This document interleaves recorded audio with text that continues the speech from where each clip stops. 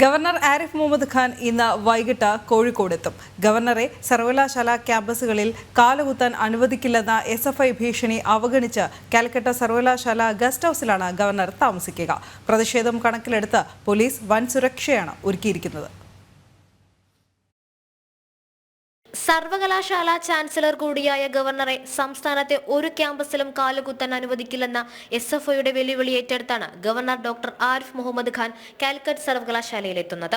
നാളെ ഒരു സ്വകാര്യ പരിപാടിയിലും തിങ്കളാഴ്ച സർവകലാശാല സെമിനാർ കോംപ്ലക്സ് ഹാളിൽ നടക്കുന്ന ശ്രീനാരായണ ഗുരു നവോത്ഥാനത്തിന്റെ പ്രവാചകൻ എന്ന സെമിനാറിലുമാണ് ഗവർണർ പങ്കെടുക്കുന്നത്. കോഴിക്കോട് സർക്കാർ ഗസ്റ്റ് ഹൌസിലായിരുന്നു നേരത്തെ താമസം നിശ്ചയിച്ചിരുന്നത്. SFIയുടെ വെല്ലുവിളിയെ തുടർന്നാണ് സർവകലാശാലയ്ക്കുള്ളിലേക്ക് തന്നെ താമസം മാറ്റിയത്. വൈകിട്ട് 6:15 കരിപ്പൂരിൽ വിമാനമിറങ്ങുന്ന ഗവർണർ നേരെ ഗസ്റ്റ് ഹൌസിലേക്കാണ് എത്തുന്നത്. ക്യാമ്പസിന്റെ കവാടം മുതൽ SFI ഫ്ലെക്സ് ബോർഡുകളും പോസ്റ്ററുകളും നിരത്തിയിട്ടുണ്ട്. Governor go back, Sangeeth chancellor go back തുടങ്ങിയ പരാമർശങ്ങളാണ് പോസ്റ്ററുകളിൽ.